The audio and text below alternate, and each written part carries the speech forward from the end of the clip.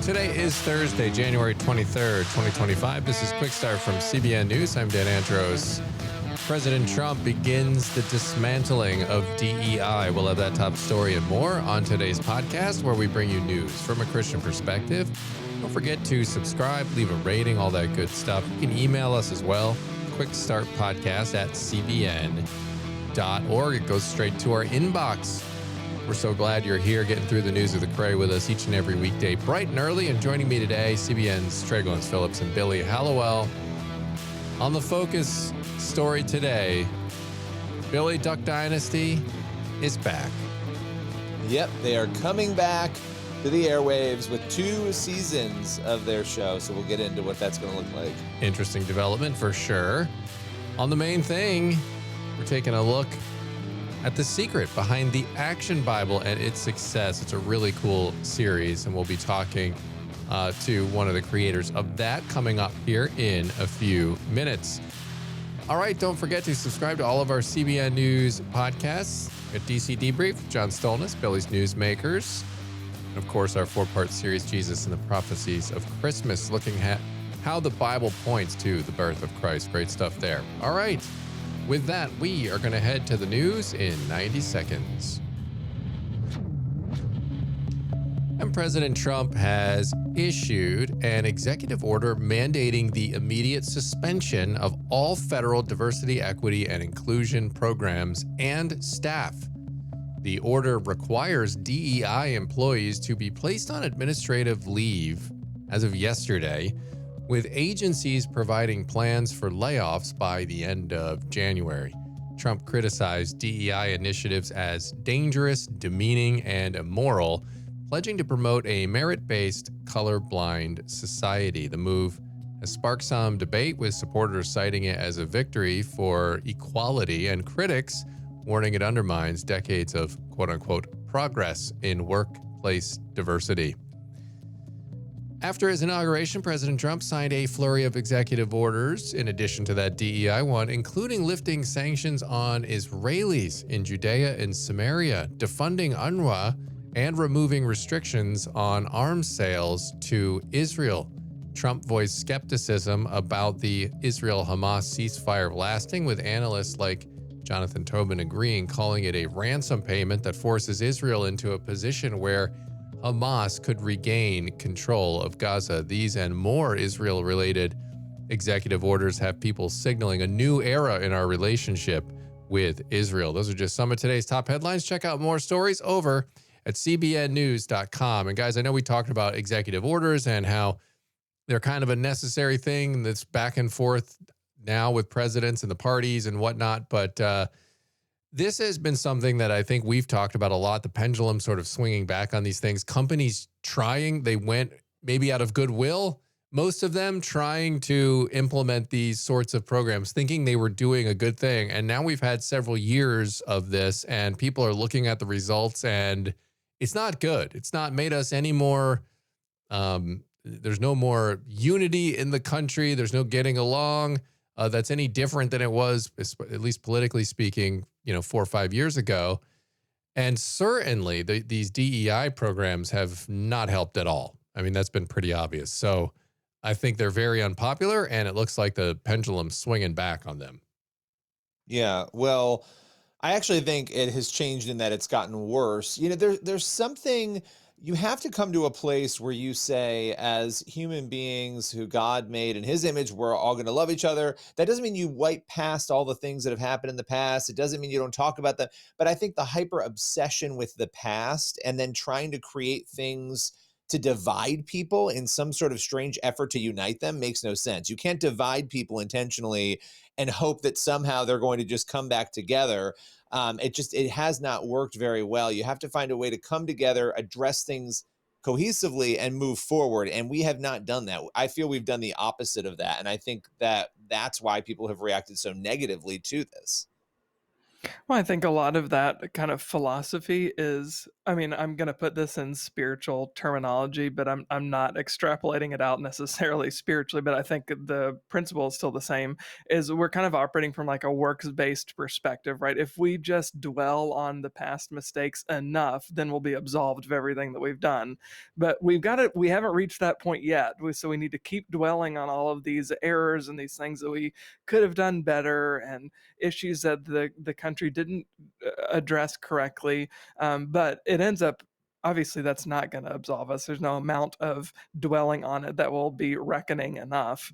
That's a silly thing. Should we recognize our mistakes? Absolutely. Should we, acknowledge wrongdoing to the people who we have wronged? Absolutely.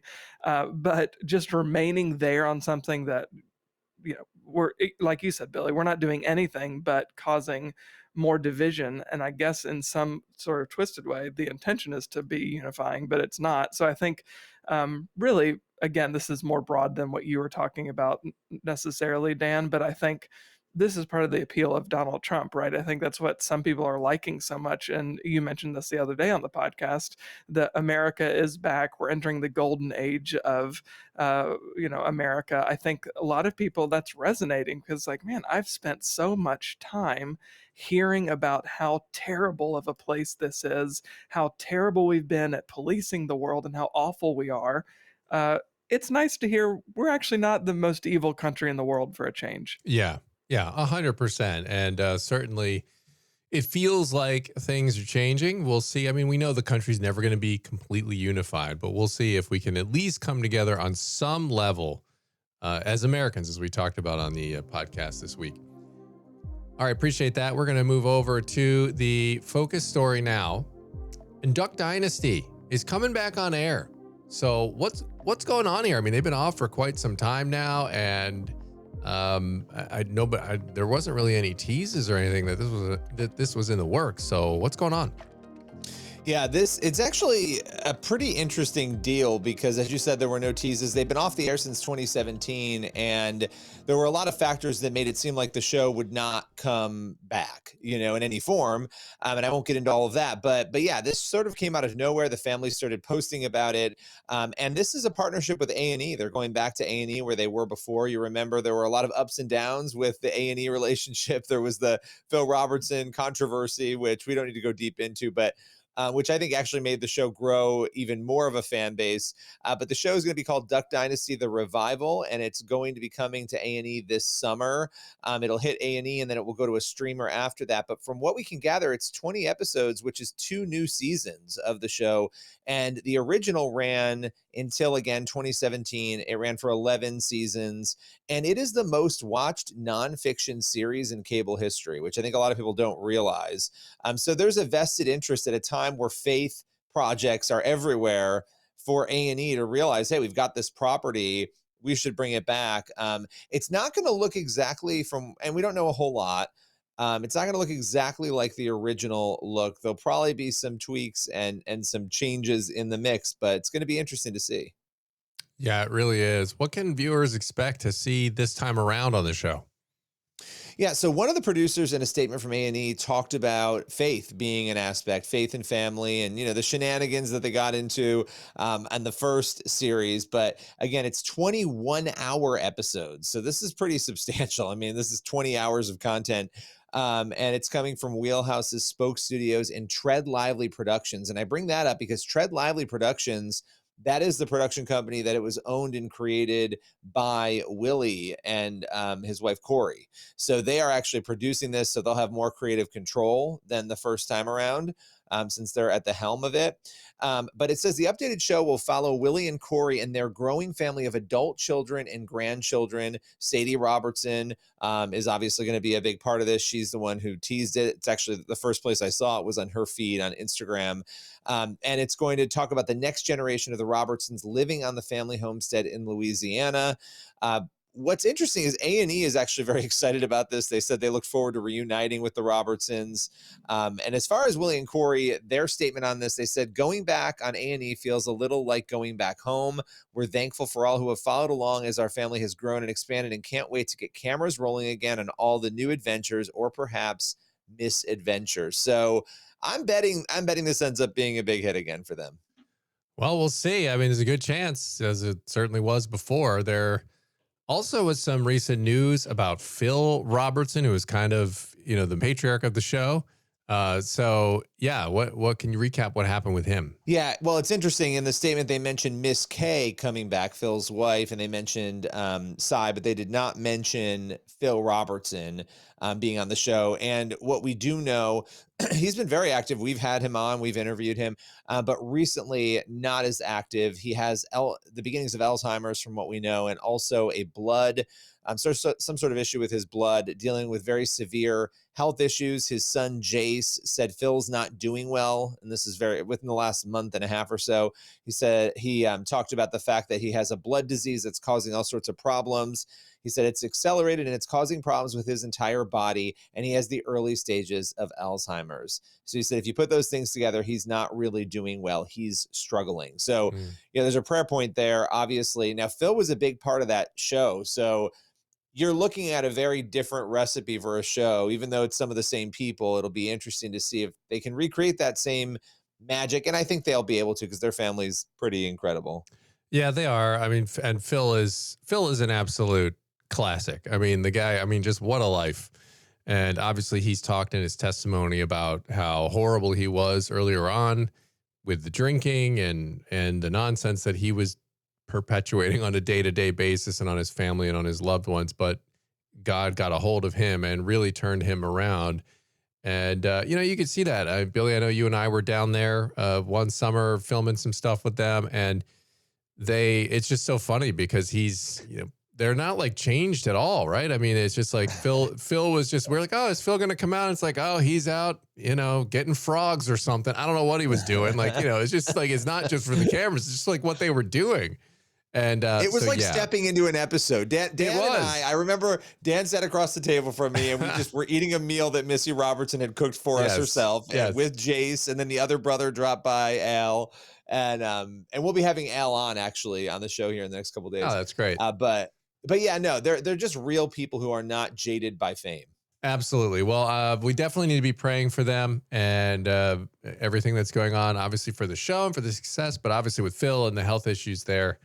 Because this is a family, obviously, A, because we should be praying anyway, but B, this is a family that's really put faith forward out in the spotlight, and they've, been a blessing to many. So, all right, well, we are going to head to the main thing now. And Brock Eastman is Senior Director of the Action Bible brand at David C. Cook. And he said he believes the project's success is rooted in its unique approach to bringing the gospel to young and emerging generations. Billy caught up with him for today's main thing. Well, I want to thank you for joining me today. We're diving into the Action Bible, which is a really unique Bible version that actually just crossed the 3 million mark in terms of sales. Brock, thanks so much for joining me today. Hey, thanks for having me, Billy. I'm excited to talk about the Action Bible. It's probably my favorite thing.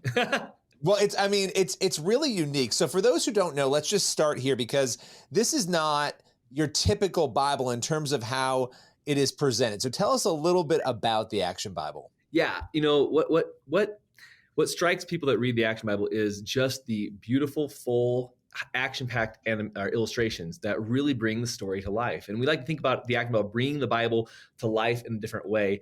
For this generation specifically, who is involved with graphic novels, this Bible appeals to them because they like that kind of, I can see the images of the story moving. And there's a narrative, like a paraphrased narrative of the Bible story that's easy to understand and sounds like a conversation. So it's a very inviting Bible. I think that's what stands out about the Action Bible for a lot of people. But it's got 238 plus stories from the Bible, and it's over 830 pages long. So it's a nice, big Bible. That is a lot of pages, and there's a lot to unpack there. But I want to kind of go back to the beginning, because I believe it was 2010 when the Action Bible was first published. Where did the idea come from? What was the motivation behind launching this book initially? Yeah, that's a great question. So, 2010 is when it launched. And actually, if you look in our history, David C. Cook, we started out as a company doing illustrated forms of the Bible, all the way back to something called comic picks. From the very early days of David C. Cook, he would send these tracts with illustrations and graphics to the people who he was speaking to or evangelizing with images from the Bible. And so that's kind of in our DNA. And we launched a book called The Picture Bible, actually in the 1970s. And that was the catalyst for the Action Bible. So fast forward, 30 or so years, and you get to 2010, and it's time to refresh that. What does the Picture Bible, or what does an illustrated Bible look like for the next generation? And that's really kind of the catalyst that got the Action Bible going at that time. Yeah, well, and it's interesting because obviously culture changes. The truth never does change. And you have this dynamic right now where culture has become much more secular. Young people, in fact, there was just a statistic out there that in the first 10 months of 2023, there was a 22% increase in the number of people buying Bibles from the year before. And so even though there's all this cultural pandemonium going on, young people seem to be very interested, right? They're intrigued. And here you are with the Action Bible presenting things. I mean, there's a whole book series out there. What is it? Cat Dog and all these other, graphic sort of novels that are out there and these comic books. Here you have the Bible presented in this innovative way. In what ways do you think the Action Bible, and I'm sure you've seen this in practice, is helping those young people to discover the truth? Yeah, well, just so you know, I'm a dad of 4 kids, 15, 13, 11, and 9. So I'm living with Gen Alpha, and that's the next generation, right? These kids, we talk about Dogman and Investigators and Captain Underpants, all these illustrated graphic stories. The one thing I'll say before we get even more to answer your question is they don't have hope. Those stories don't provide the hope and the beautiful story that God does in the redemptive story, right, of the plan of bringing Jesus and our salvation. And so the Bible does that. So if I put that piece right here, which is really, really important, Gen Alpha, unlike any other generation, right, they went through something called the pandemic. And I know we try to put that in our rear mirror, but that truly affected this generation in ways that our generations won't ever experience. It isolated them. It took away a whole year and a half of that community building at an early important age where they started to develop relationships and friends and community. And so when you think about that, there's this video that came out on Instagram many years ago about this little boy, and he's in the kitchen making a peanut butter jelly sandwich, and he's singing to himself an old song called "All by Myself." And this moment and this picture and this imagery of this little boy by himself making his lunch for school, but school's at home, by himself, relating to that song. There's this desperation, this hopelessness that generation had that maybe yours and mine didn't feel. And so I think as we turn that corner, right, and kids get back in community and school, something like the Bible, something like the Action Bible that has these graphics that the kids want to and are drawn to, telling this narrative of this beautiful story of redemption, of hope, of stories and the characters in the Bible that are just like them, people who struggled with things, who had fear, but overcame it with courage because they were empowered by God. These fantastic stories that kids are connecting to them. They're like, I see myself in that story and I can be that. And I think that's why we've seen this turn of corner is this generation is looking and searching and seeking that. So I hope that answers the question, Billy.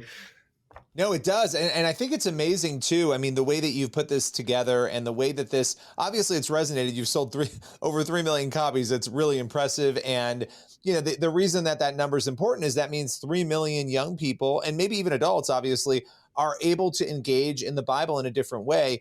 So often when we talk about different Bible versions and editions, we're talking about, NLT, we're talking about ESV, NIV, but this is a totally different way of seeing the scriptures play out through image and through dialogue.